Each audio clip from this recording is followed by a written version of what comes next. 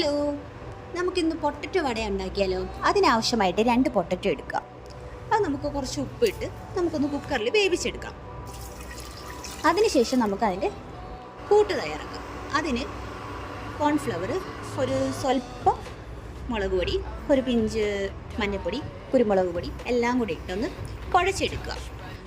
അതിനുശേഷം നമുക്ക് സവോള, പച്ചമുളക്, ഇഞ്ചി, കറിവേപ്പില എല്ലാം കൂടി ഒന്ന് മിക്സ് ചെയ്ത് നമ്മൾ ചപ്പാത്തിക്ക് ഉണ്ടാക്കുന്ന രീതിയിലൊന്ന് മാവൊന്ന് കുഴച്ചെടുക്കുക. അതിനുശേഷം ഒരു പാൻ എടുത്ത് എണ്ണ ചൂടാക്കിയിട്ട് അതിലോട്ട് നമ്മൾ വട ഉണ്ടാക്കുന്ന രീതിയിൽ ആ ഷേപ്പിൽ നമ്മൾ ഇതിനെ അങ്ങോട്ട് തയ്യാറാക്കി എണ്ണയിലാക്കി ഇടുക.